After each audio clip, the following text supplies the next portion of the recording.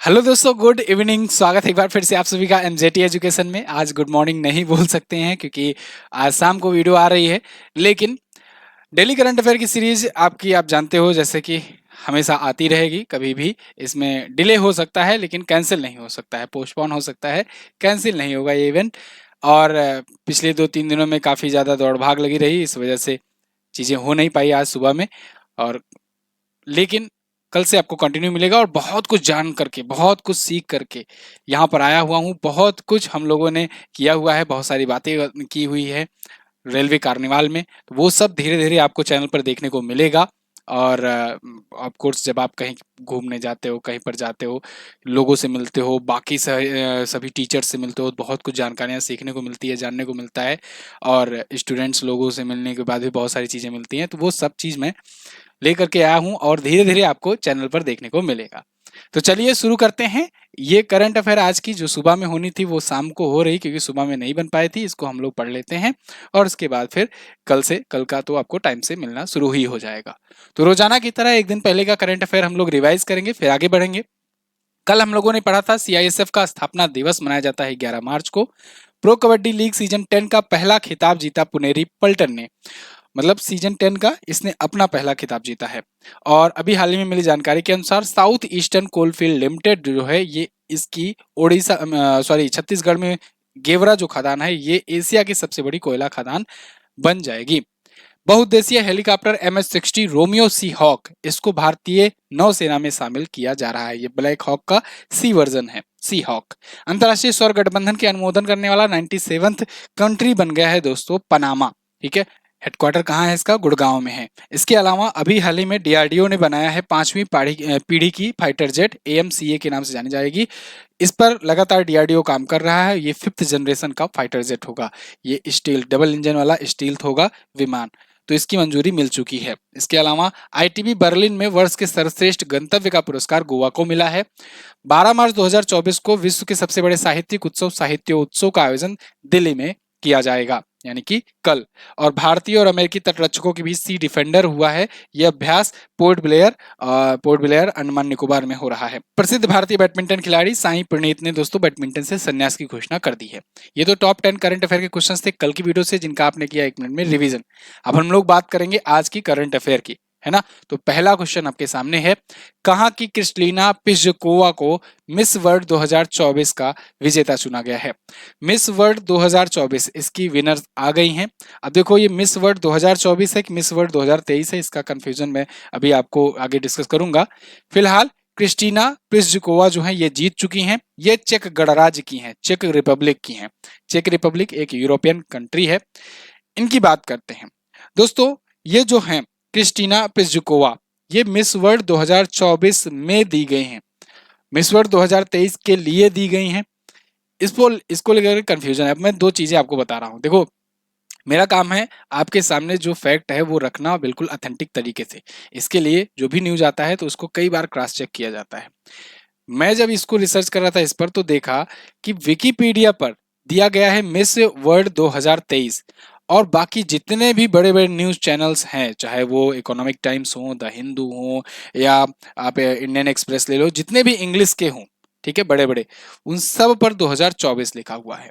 अब इसमें confusion create हो रहा है। और दूसरी बात, जा करके इसका वीडियो फुटेज भी देखे तो देखो, होता है ना, एक एक क्वेश्चन के लिए कभी कभी 1 घंटे भी लग जाते हैं, कभी कभी कोई कोई क्वेश्चन का एक्सप्लेनेशन 5 मिनट में मिल जाता है। तो यहाँ पर ये वो क्वेश्चन था जिसने 45 मिनट तक बजाय रखा। इसमें जा करके जब वेबसाइट पर देखा गया तो अलग चीजें, विकिपीडिया पर देखा जा रहा है तो अलग चीजें, अनाउंसमेंट जब जा करके देखा गया तो अनाउंसमेंट, चूंकि इसका आयोजन मुंबई में हुआ था, मतलब इंडिया में हुआ था, जियो वर्ल्ड सेंटर मुंबई में। अनाउंसमेंट में वो जो एक आंटी जी थी वो बोली ही नहीं। वो कहीं मिस वर्ल्ड विनर इज, मतलब बोल तो देती, 71st है ये तो पता है संस्करण, लेकिन किस वर्ष के लिए दिया जा रहा है ये तो बोल देती। यहीं से कंफ्यूजन क्रिएट हुआ और वो कंफ्यूजन मुझे लगता है कंटिन्यू ही रहेगा। विकिपीडिया पर जो चीज दिया गया है, एक चीज बहुत अच्छा, क्योंकि लास्ट बार वाला जो दिया गया था वो 2021 के लिए दिया गया था। 2022 वाला कैंसिल हुआ था क्योंकि लेट हो गया था बहुत ज्यादा। ये चीजें मैं मैराथन में बोल भी चुका हूँ, बता भी चुका हूँ कि अभी जो विजेता हैं कैरोलिना बिलावस्का, ये 2022 में इनको मिला था लेकिन 2021 के लिए मिला था, ठीक है, विकिपीडिया के अनुसार। तो उसके अनुसार अगर देखा जाए तो देखो यहाँ पर भी वेबसाइट के अनुसार देखा जाएगा तो यहाँ लिखा गया 2022 की पोलैंड की कैरोलिना बिलावस्का और 2023 की कैंसिल हुआ है और 2024 के लिए इनको दिया गया है। लेकिन विकिपीडिया पर आप जाओगे तो उसमें दिया जाएगा कि 2021 के लिए पोलैंड की कैरोलिना बिलावस्का, 2022 इज कैंसिल्ड, 2023 के लिए इनको चुना गया है, ठीक है। तो आपके ऊपर मैं छोड़ देता हूं, आप किसको समझोगे, 2023 का या 2024 का। थोड़े दिन और समय दो, इस पर जब चीजें और क्लियर होकर के आएंगी तो मैं आपको बताऊंगा, ठीक है ना। चलिए, तो फिलहाल अभी के लिए आपको यही मानकर चलना है 2024 में दिया गया, क्योंकि 2023 में और 2022 में किसी को नहीं मिला है ना। लास्ट बार जो विजेता है 2021 के लिए 2022 में दी गई थी। चलिए, बहुत सारा कंफ्यूज भी मत होना। क्रिस्टलिना पिस्जुकोवा, ये नाम याद रखना बस, और ये संस्करण याद रखना कि 71वां दिया गया है, ठीक है जी। तो ये जो पिछली बार की विजेता होती हैं वही ताज पहनाती हैं, तो ये ताज पहना रही हैं इनको। ये चेक रिपब्लिक की हैं, ये याद रखना। भारत की तरफ से कौन गया था, तो सिनी शेट्टी गई थी भारत की तरफ से, ठीक है। चलिए, ये पिछले कुछ और ऐसे रिलेटेड विजेता हैं जिनको हम लोग रिकॉल करेंगे। मिस महाराष्ट्र अभी चुनी गई थी 2023 के लिए केतकी राउत, और मिस वर्ल्ड 2024 ये हो गया क्रिस्टीना पिस्जुकोवा। Miss universe 2023 सेनिस Palacios. आपसे दो इंपॉर्टेंट है जो पूछा जाएगा, एक ये और एक ये, सबसे ज्यादा इंपॉर्टेंट ये है। मिस इंडिया वर्ल्ड 2022 सिनी शेट्टी चुनी गई थी, ये मैं इसलिए लिखा हूं क्योंकि यही भारत को रिप्रेजेंट कर रही थी। यहाँ पर देखिए, सिनी शेट्टी जो है कर रही थी, हालांकि ये टॉप 4 में भी जगह नहीं बना पाई, लेकिन भारत की तरफ से ये नेतृत्व कर रही थी। मिस इंडिया वर्ल्ड 2022 ये जीत चुकी हैं। Mrs universe divine Pallavi Singh ने जीता था, ठीक है जी। अब आगे बढ़ते हैं। अगला, हाल ही में किस देश को खसरा और रुबेला चैंपियन पुरस्कार प्रदान किया गया, तो खसरा और रुबेला चैंपियन पुरस्कार सम्मानित किया गया है दोस्तों इंडिया को, अपने प्यारे भारत को। खसरा, खसरा मतलब होता है मीसल्स, तो मीसल्स और रुबेला चैंपियन पुरस्कार से अभी इंडिया को सम्मानित किया गया है। किसके द्वारा सम्मानित किया गया है, the Meselson and rubella partnership के द्वारा सम्मानित किया गया है। अमेरिका के रेड क्रॉस हेडक्वार्टर में इनको सम्मानित किया गया है। भारत में इसको लेकर जो प्रयास किए जा रहे हैं भारत सरकार के द्वारा इसकी रोकथाम के लिए, खसरा के लिए और रुबेला के लिए, उसको देखते हुए इन्होंने सम्मानित किया हुआ है। जब कोई अच्छा काम किया जाता है तो पुरस्कार दिया ही जाता है। अब भारत जो है इसके लिए तरह तरह के इनिशिएटिव सरकार समय समय पर चलाती रहती है, स्वास्थ्य मंत्रालय चलता रहता है। साथ ही साथ भारत देखो राष्ट्रीय खसरा दिवस के रूप में भी 16 मार्च को मनाता है। 16 मार्च को एक और दिवस मनाया जाता है, हालांकि दोनों संयुक्त रूप से ही मनाया जाता है। राष्ट्रीय टीकाकरण दिवस, ये भी याद रखना, राष्ट्रीय टीकाकरण दिवस भी मनाया जाता है। और टीकाकरण दिवस तो मतलब ये ज्यादा पॉपुलर है तो इसलिए ये याद भी रहता है और ये पूछा भी जाता है। लेकिन अगर खसरा दिवस भी पूछा जाए तब भी आप बताइएगा, उसी दिन मनाया जाता है, ठीक है। चलिए आगे बढ़ते हैं। हाल ही में एनएचपीसी लिमिटेड के नए अध्यक्ष और एमडी कौन नियुक्त किए गए। एनएचपीसी लिमिटेड एक दोस्तों सरकारी क्षेत्र की या कहें सार्वजनिक क्षेत्र की कंपनी है, और इसके अभी हाल ही में नए अध्यक्ष और एमडी बना दिए गए हैं। कौन, राजेंद्र प्रसाद गोयल जी। राजेंद्र प्रसाद गोयल आपको यहाँ पर दिख रहे हैं, एनएचपीसी का ये लोगो है। देखो, एनएचपीसी से आप एनटीपीसी मत लिंक करना, है ना, दोनों पावर क्षेत्र की तो हैं, लेकिन एनटीपीसी महारत्न कंपनी वो अलग है, एनएचपीसी अलग कंपनी है। एनएचपीसी जो लिमिटेड है इसका मतलब है national hydro electric power corporation, ठीक है, इलेक्ट्रिक जनरेट ये भी करती है। और वो थर्मल पावर है, एनटीपीसी वाली है। ये हाइड्रो इलेक्ट्रिक यानी कि जल विद्युत वाला है, जो पानी से बिजली बनाई जाती है उस पर ही काम करती है। और वो थर्मल पावर है जो कोयले से बिजली जो बनाती है वो वाली है कंपनी। फिलहाल यहाँ पर एनएचपीसी लिमिटेड की बात करें तो ये अब सीएमडी बन गए हैं। इससे पहले ये इसके फाइनेंस डिपार्टमेंट को देखा करते थे, उसके निदेशक थे, और अब ये नियुक्त कर दिए गए हैं ऊपर। एनएचपीसी लिमिटेड की स्थापना 1975 को हुई थी। हेडक्वार्टर फरीदाबाद हरियाणा है। सीएमडी श्री राज कुमार चौधरी हैं इसके। क्लियर। आगे यहाँ पर कुछ और प्रमुख नियुक्तियां हैं, इनको हम लोग रिकॉल करेंगे। देखो आप लोग थोड़ा सा विजन का प्रॉब्लम बता रहे थे कि दिखता नहीं क्लियर, इसके लिए एक छोटा सा प्रयास किया गया है, फंड बड़ा किया गया है, तो आप देखिए अब आपको क्लियर दिख रहा होगा। ब्रजेश मेहरोत्रा बिहार के नए मुख्य सचिव बने हुए हैं। दलजीत सिंह चौधरी जी को एनएसजी का नया महानिदेशक का अतिरिक्त प्रभार मिला हुआ है। ये एसएसबी के भी महानिदेशक वर्तमान में हैं, इनको एनएसजी का एक्स्ट्रा चार्ज मिला है। एएम खानविलकर भारत के नए लोकपाल बने हैं, बहुत इंपॉर्टेंट है ये। MR Kumar bank of India के नए गैर कार्यकारी अध्यक्ष नियुक्त किए गए। एस राजीव को विजिलेंस कमिश्नर नियुक्त किया गया है, वीसी नियुक्त किया गया है। क्लियर है। आगे अगला क्वेश्चन, भारतीय सशस्त्र बल ने कहां पर भारत शक्ति अभ्यास आयोजित करने की घोषणा की है? तो भारतीय सशस्त्र बलों ने अभी हाल ही में दोस्तों जैसलमेर राजस्थान में, जैसलमेर राजस्थान में ही है पोखरण, है ना, पोखरण जो आप जानते हो, पोखरण में अपना परमाणु परीक्षण हुआ था, है ना, 2 बार। तो वहीं पर जैसलमेर राजस्थान में भारतीय सशस्त्र बलों ने भारत शक्ति नाम से अभ्यास किया है। भारतीय सशस्त्र बलों में भारत की तीनों सेनाएं भी आती हैं और भी जो भी सशस्त्र बल है वो सब आते हैं, वो सब मिल करके ये आयोजन कर रहे हैं। कब? 12 मार्च को। तो पोखरण में इसमें हो सकता है पीएम मोदी जी भी शामिल हों इसमें अनाउंसमेंट वगैरह करने के लिए या शुरुआत करने के लिए, थोड़ा सा मतलब वर्चुअल रूप में ही जुड़ सकते हैं। अभी चीफ ऑफ डिफेंस स्टाफ जो है ये जुड़ रहे हैं, अनिल चौहान जी। इसके अलावा बाकी तीनों सेनाएं इसमें जुड़ रही हैं, है ना। भारत शक्ति नाम से ये होगा अब तक का सबसे बड़ा अभ्यास, और ये माना जा रहा है एशिया की सबसे बड़ी फील्ड फायरिंग रेंज में आयोजन होने जा रहा है। तो ये बहुत बड़ा इवेंट होने जा रहा है भारत शक्ति। वायु शक्ति याद होगा वो भी हुआ था यहीं पर, और ये भारत शक्ति है ये भी हुआ है। तो दोनों ही इंपॉर्टेंट है, दोनों को याद रखना, दोनों भारतीय सेना खुद में कर रही है अभ्यास, ठीक है ना, कोई और देश नहीं शामिल हो रहा है इसमें। तो पोखरण के फील्ड फायरिंग रेंज में ये हो रहा है। यहाँ पर देखिए इंग्लिश में भी है। अच्छा, कुछ और जो अभ्यास हुए हैं उनको रिकॉल करेंगे, जैसे सी डिफेंडर। सी डिफेंडर भारत अमेरिका की जो कोस्ट गार्ड है उनके बीच में पोर्ट ब्लेयर में हुआ, जैसा कि हम लोगों ने रिवीजन किया अभी शुरुआत में। समुद्र लक्ष्मण अभ्यास भारत मलेशिया करता है, भारत मलेशिया हरिमो शक्ति भी करता है, ये भी याद रखना। विशाखापत्तनम में ये हुआ। धर्म गार्जियन भारत और जापान के बीच में भी हुआ राजस्थान में। भारत और जापान के बीच में धर्म गार्जियन के अलावा वीर गार्जियन भी होता है, सिन्यू मैत्री भी होता है और जिमेक्स अभ्यास भी होता है। तो 3 और याद रखना। शांति प्रयास 4 ये बहुराष्ट्रीय था और ये नेपाल में हुआ।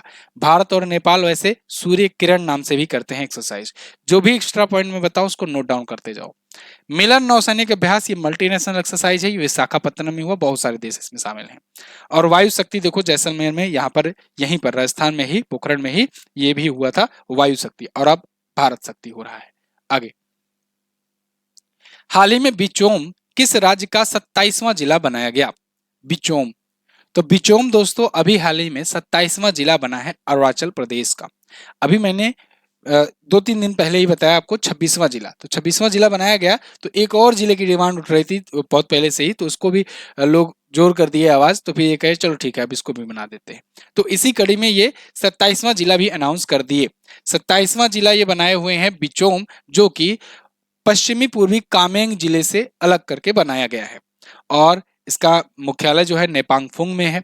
1984 से इसकी मांग उठ रही थी और जो कि अब कंप्लीट हुई है। जो 26वां जिला जो मैं कुछ दिन पहले आपको बताया था वो था केई पनियोर। इस हिसाब से अब 27 जिले हो चुके हैं अरुणाचल प्रदेश में। अरुणाचल प्रदेश पिछले दिनों क्यों क्यों चर्चे में रहा इसको देखते हैं। अभी हर घर जल योजना में 100% ये संतृप्ति हासिल करने वाला पूर्वोत्तर का पहला और भारत का 10वां राज्य बना था। विशेष बाघ संरक्षण बल की इन्होंने डिमांड करी थी कि हमारे यहाँ एक विशेष बाघ संरक्षण बल, एक फोर्स ऐसी स्पेशल आप स्थापित करिए, तो इसके लिए मंजूरी भी मिल रही है कैबिनेट की। अरुणाचल प्रदेश राज्य स्थापना दिवस अभी 20 फरवरी को पिछले महीने मनाया गया। 9वां पक्के पागा हार्निवल फेस्टिवल मनाया गया। अगर हार्निवल पूछा जाए तो नागालैंड बताना, पक्के पागा हार्निवल फेस्टिवल पूछा जाए तो आप अरुणाचल प्रदेश बताना। आदि केकिर अदरक को और यहाँ के एक हस्त निर्मित कालीन को वांचू समुदाय के द्वारा लकड़ी की कलाकारी को जीआई टैग दिया गया। 42 वर्षों तक लापता रहने के बाद एक गिलहरी है, उसको अभी खोजा गया है, दोबारा से देखा गया है, उड़ने वाली गिलहरी, ठीक है। अरुणाचल प्रदेश से आप स्टैटिक देख लो। अरुणाचल प्रदेश आप देखोगे भारत का सबसे पूर्वोत्तर राज्य है। यहाँ के सीएम है पेमा खांडू जी बीजेपी पार्टी से। गवर्नर हैं लेफ्टिनेंट जनरल कैवल्य त्रिविक्रम परनाइक। यहाँ के वर्तमान समय में राजधानी है ईटानगर। वर्तमान में यहाँ कौन कौन से झीलें हैं? संगेस्तर झील है, नामदफा राष्ट्रीय उद्यान है, कमलांग टाइगर रिजर्व है, पक्के टाइगर रिजर्व है, मोलिंग नेशनल पार्क है। नवाचार महोत्सव भी यहाँ पर मनाया जाता है। बुइया छालो लोक नृत्य है यहाँ पर, ठीक है ना। 3 दर्रे मैंने आपको बताया था, दिफू, यांगयाप और बोमडिला। यहाँ दिख नहीं रहा है लेकिन आप जो है इसको ध्यान रखिएगा। हाँ, बोमडिला दर्रा, यांगयाप दर्रा और दिफू दर्रा, ठीक है ना। सीधा हो जाओ भैया, ठीक है। चलिए, ये 3 दर्रे याद रखना। अगला, मार्च 2024 में कौन सा देश औपचारिक रूप से नाटो सैन्य संगठन में शामिल हुआ? तो देखो, नाटो सैन्य संगठन में अभी 7 मार्च को स्वीडन फाइनली शामिल हो गया औपचारिक रूप से। कई दिनों से इसकी चर्चाएं चल रही थी, शामिल होने वाला था ये 32वां देश के रूप में, और अब फाइनली औपचारिक रूप से शामिल हो गया है। जो तैयब अर्दोगान थे तुर्की के राष्ट्रपति, वो मान नहीं रहे थे, उनको फाइनली मना लिया गया है, क्योंकि वो भी नाटो का मेंबर है ना, तुर्की भी। और नाटो का मेंबर होने का और नया मेंबर जुड़ने का सबसे बड़ा एक रूल यही है कि जितने वर्तमान मेंबर है ना, सबकी सहमति जरूरी है। सब तो मान जा रहे थे, वही तुर्की वाले नहीं मान रहे थे, वो नाराज फूफा की तरह बैठे थे, और उनको फाइनली मना लिया गया। और स्वीडन 2 साल पहले जो कि डाला था अर्जी की हमें भी शामिल कर लो, अब फाइनली वो शामिल हो गया है। तो ये शामिल होने वाला 32वां देश बना। फिनलैंड इससे पहले 31वां देश के रूप में जुड़ा था। तो टोटल हो गए हैं अब नाटो के 32 मेंबर। याद रखना, नाटो एक सैन्य संगठन है, मतलब एक सैन्य ऑर्गेनाइजेशन है। आप बहुत सारे ऑर्गेनाइजेशन देखते हो तरह तरह के, ये सैन्य वाला है, सेना से जुड़ा हुआ है। तो इसमें 32 सदस्य देश हैं। इसका आर्टिकल 5 एक बहुत ज्यादा प्रचलित है, हो सकता है पूछ लिया जाए। आर्टिकल 5 में ये कहा गया है कि अगर नाटो के किसी एक मेंबर पर अगर कोई अटैक होता है, तो नाटो पूरे के पूरे जितने देश हैं वो सब देश अपने ऊपर उसे अटैक मानेंगे और सब मिल करके उसको अटैक करेंगे। तो ऐसे कुछ इनके नियम हैं जो सबसे बड़ा, सबसे ताकतवर सैन्य संगठन इनके बनाते हैं। तो अब इसमें अमेरिका जैसे देश भी शामिल है, तो इस वजह से अल्टीमेटली इसका पावर तो सबसे ज्यादा होता ही है। नाटो यानी नॉर्थ अटलांटिक ट्रीटी ऑर्गेनाइजेशन, जब ये 1949 में स्थापित किया गया तब केवल 12 देश थे, लेकिन आज देखो देशों की संख्या 32 हो गई है। 1949 में स्थापित किया गया था, ब्रुसेल्स बेल्जियम में हेडक्वार्टर है। जेन्स स्टोलनबर्ग इसके वर्तमान में अध्यक्ष हैं, ठीक है ना। चलिए, अभी स्ट्रीट फास्ट डिफेंडर के बारे में मैंने बताया था आपको, वो इसका अभ्यास है नाटो का। वो अभी तक का दुनिया का सबसे बड़ा अभ्यास है, और वो मई तक चल रहा है, वो चल रहा है लगातार, ठीक है ना। फरवरी शुरू हुआ है, मई तक चलेगा। पीएम नरेंद्र मोदी जी कितने विजेताओं को पहला नेशनल क्रिएटर अवार्ड प्रदान किए? तो पीएम मोदी जी ने अभी हाल ही में क्रिएटर्स को, क्रिएटर्स में इंस्टाग्राम रील बनाने वाले, यूट्यूब वीडियोस बनाने वाले, ये सभी प्रकार के जो इन्फ्लुएंसर्स थे, क्रिएटर्स थे, उनको इनवाइट किया गया था, और वोटिंग के आधार पर 20 कैटेगरीज में अवार्ड दिए जाने थे। तो वोटिंग हुई, 10 लाख से ज्यादा लोगों ने वोटिंग किया, अपने अपने जिसकी जिसकी जो ऑडियंस थी उन्होंने वोट किया वहां पर। तो वोटिंग के आधार पर यहाँ पर चुना गया, और फिर टोटल 23 ऐसे इन्फ्लुएंसर्स को, 23 ऐसे क्रिएटर्स को अवार्ड दिया गया है। तो इनको यहाँ पर कितने विजेताओं को दिया गया, तो 23 पूछेंगे, और कितनी कैटेगरी में पूछा जाएगा, तो 20 कैटेगरी में पूछा जाएगा, ठीक है। क्योंकि 3 क्रिएटर्स जो इंटरनेशनल भी थे उनको भी, जिसमें एक बिहार का, आप देखते भी होगे बहुत कॉमेडी में, मतलब कि है अमेरिका का वो, लेकिन बिहार में आकर के रहता रहा भी है, बचपन भी इसका, उसके बाद फिर बिहारी भाषा में बोलता है, तो उसको भी मिला। ऐसे ऐसे 3 इंटरनेशनल को भी मिला और कई भारतीयों को मिला। तो वोटिंग के आधार पर 20 कैटेगरी में भारत मंडपम में नई दिल्ली में ये दिया गया 8 मार्च को, महिला दिवस के दिन। ये इनमें से 3 मैं यहाँ पर बता दे रहा हूँ, बाकी तो आप जाकर के सर्च कर लेना, लिस्ट बहुत लंबी लिस्ट है। Cultural ambassador of the year Maithili Thakur को दिया गया। मैथिली ठाकुर से याद रखना, इनको बिहार का स्टेट आइकन भी बनाया गया है चुनाव आयोग के द्वारा, बिहार का स्टेट आइकन भी बनाया गया है, ठीक है ना, याद होगा, है ना। और disruptor of the year award Ranveer Allahbadia को मिला, और best creator in tech Gaurav Chaudhary को मिला, टेक्निकल गुरु जी। ओके, आगे। मार्च 2024 में कहां पर इंडिया बाय द क्रीक उत्सव शुरू किया गया?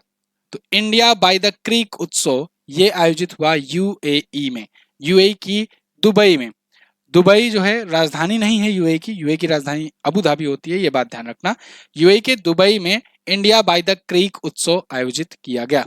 आर्टिकल देखिए आप, Dubai to host India by the creek at 3 day cultural event है। ये क्या करेगा, भारत और यूएई के रिलेशंस को बढ़ाएगा। आप देख रहे हो आजकल यूएई और इंडिया के रिलेशंस मजबूत तो हैं ही, और भी ज्यादा मजबूत करने के कदम उठाए जा रहे हैं। जैसे अभी आपने देखा बीएपीएस हिंदू मंदिर का वहां उद्घाटन हुआ, मतलब सोचो किसी मुस्लिम कंट्री में, अरब कंट्री में हिंदू मंदिर होना, और वो भी इतना भव्य कि समझ लो उस क्षेत्र का सबसे बड़ा, ये बहुत बड़ी बात रही, बहुत बड़ा इवेंट रहा। तो अभी इंडिया बाय द क्रीक, क्योंकि देखो ना यूएई वगैरह ना खुले माइंड के हैं, उनको बिजनेस से मतलब, उनको पैसे से मतलब, उनको ये देखना होता है कि कहाँ से कितना अर्निंग आएगा, कहाँ से कितने लोग आते हैं रहने। तो इंडिया की बहुत आबादी वहां पर रहती है, बहुत सारे लेबर भी काम करते हैं, बहुत सारे प्रोफेशनल्स भी रहते हैं, है ना। इंडिया बाय द क्रीक उत्सव वहां आयोजित हुआ अल सीफ पार्क दुबई में, तो जो भारत की जीवंत संस्कृति को प्रदर्शित करता है। अगर हम लोग यूएई की बात करें तो आप देखोगे वर्ल्ड मैप में ये है अपना प्यारा भारत, यहां से आप आओगे इधर वेस्ट साइड में, ठीक है ना, वेस्ट साइड में आओगे, पाकिस्तान छोड़ना, ईरान छोड़ना, इधर आ जाना, ओमान के बाद आपको ये जो देश दिखेगा ये है यूनाइटेड अरब अमीरात यानी यूएई, इधर सऊदी अरेबिया वगैरह है। अब ये देखो इधर खाड़ी है, बहुत सारी, पारस की खाड़ी है, ये सब खाड़ी है, तो खाड़ी के आसपास के जो देश हैं इसीलिए इसे खाड़ी देश कहते हैं, है ना। तो खाड़ी देश भी, और ये पूरा अरब है, अरब प्रायद्वीप है, तो इसलिए अरब देश भी इसे कहते हैं।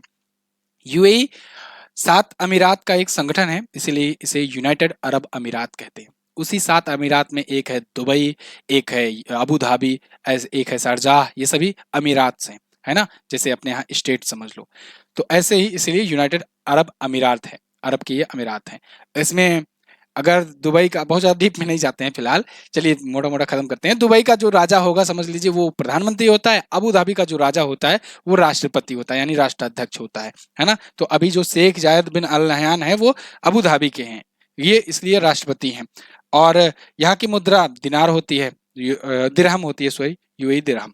अगला, मार्च 2024 में इंडिया यूके अचीवर्स सम्मान से किसे सम्मानित किया गया? तो इंडिया यूके अचीवर्स अवार्ड से अभी 2 व्यक्तियों को सम्मानित किया गया है जो कि भारत की हैं, जोया अख्तर और अस्मा खान, ये दोनों को सम्मानित किया गया है। इंडिया यूके अचीवर अवार्ड जो है ये क्यों दिया जाता है इसको समझिए, इन दोनों को दिया गया है। ये अवार्ड इसलिए दिया जाता है कि कौन कौन से ऐसे इंडियंस थे जो यूके में आए, यूके में पढ़ाई किए और उसके बाद अपनी लाइफ में कुछ बड़ा कर रहे हैं, तो यूके उन्हें बुला करके सम्मानित करता है कि देखो ये हमारे कॉलेजेस से पढ़े, हमारे यहाँ आकर के पढ़े सीखे, उसके बाद अपने अपने देश में जाकर ये कुछ बड़ा अचीव किए हुए हैं। तो यूके इंडिया अचीवर्स इसीलिए है, और इससे प्रमोशन होता है कि जैसे कि उनकी यूनिवर्सिटीज में और भी लोग अट्रैक्ट हों, ठीक है ना, पढ़ने के लिए। तो जोया अख्तर और आसमा खान को यहाँ पर सम्मानित किया गया है इंडिया यूके अचीवर्स अवार्ड से। अब जो आसमा खान है ये सेफ हैं, बहुत ही फेमस भारतीय सेफ हैं, ब्रिटिश भारतीय सेफ हैं, और जोया अख्तर को तो आप जानते हो फिल्म मेकर हैं, ठीक है। इन दोनों को सम्मानित किया गया। अगला, प्रियजगर पुरस्कार 2024 से किसे सम्मानित किया गया? ये बहुत ही इंपॉर्टेंट अवार्ड है प्रियजगर सम्मान। देखो एक होता है पुलित्जर और एक होता है प्रियजगर। पुलित्जर जो पुरस्कार है वो पत्रकारिता के लिए दिया जाता है, और प्रियजगर जो होता है ये वास्तुकला के लिए दिया जाता है। तो प्रियजगर पुरस्कार 2024 जो है ये वास्तुकला के लिए दिया गया, और अभी हाल ही में किसको दिया गया? रिकेन यामामोटो को। रिकेन यामामोटो ये 2024 के लिए पाए हुए हैं, और 2023 के लिए डेविड चिप्परफील्ड को मिला था। किसे मिला था? डेविड चिप्परफील्ड को। तो दोनों ही नाम आपको याद रखना है। ये हैं भाई साहब रिकेन, तो ये जापान के निवासी हैं, जापानी वास्तुकार हैं, 78 ईयर की इनकी एज हो चुकी है। रिकेन यामामोटो की वास्तुकला में इनके कामों के लिए इनको सम्मानित किया गया है, ठीक है ना। चलिए, तो ये थे टॉप 10 करंट अफेयर के क्वेश्चंस। अच्छा, कुछ रिवीजन है उनको देख लेते हैं। जैसे अभी यतिन भास्कर दुग्गल जी को राष्ट्रीय युवा सांसद महोत्सव में पहला पुरस्कार मिला था। नाइटहुड की उपाधि ब्रिटेन के द्वारा सुनील मित्तल जी को, जो कि भारतीय एयरटेल के ये वो हैं संस्थापक, उनको सम्मानित किया गया। नेल्सन मंडेला पुरस्कार नीमहंस ग्रुप को मिला। लक्ष्मी नारायण अंतर्राष्ट्रीय पुरस्कार प्यारेलाल शर्मा को मिला, और 5 विभूतियों को भारत रत्न से इस बार सम्मानित किया जा रहा है। पीवी नरसिम्हा राव जी, चौधरी चरण सिंह जी, एम एस स्वामीनाथन, कर्पूरी ठाकुर और लालकृष्ण आडवाणी। ठीक है जी, ये थे टॉप 10 करंट अफेयर के क्वेश्चंस। आई होप आपको वीडियो पसंद आई होगी, हेल्पफुल लगी होगी। इसकी पीडीएफ आपको टेलीग्राम पर मिल जाएगा, ठीक है ना। और कोई भी डाउट हो, कोई भी इशू हो, कमेंट बॉक्स में आप जरूर लिखा करो, कोई भी सजेशन हो तो। कल मैंने आपसे पूछा था मतलब कि मिनी गाय द्वीप कहाँ पर स्थित है, तो इसका बहुत सारे लोगों ने मिला जुला आंसर किया। कोई लोग कोच्चि बता रहे हैं, कोई मालदीव बता रहा है, कोई अंडमान निकोबार बता रहा है। मिनी गाय जो है ये लक्षद्वीप का ही एक समझ लो छोटा सा उसी का हिस्सा है, लक्षद्वीप पर स्थित है, लक्षद्वीप के जो द्वीप समूह है उसी में। और मिनी कॉय पर ही अभी हाल ही में एक ऐड किया गया है भारतीय नौसेना का जहाज। ग्रीन हाइड्रोजन पॉलिसी लाने वाला भारत का पहला राज्य कौन है? तो पहला राज्य हिमाचल प्रदेश है। उत्तर प्रदेश ने भी अनाउंस कर दिया है।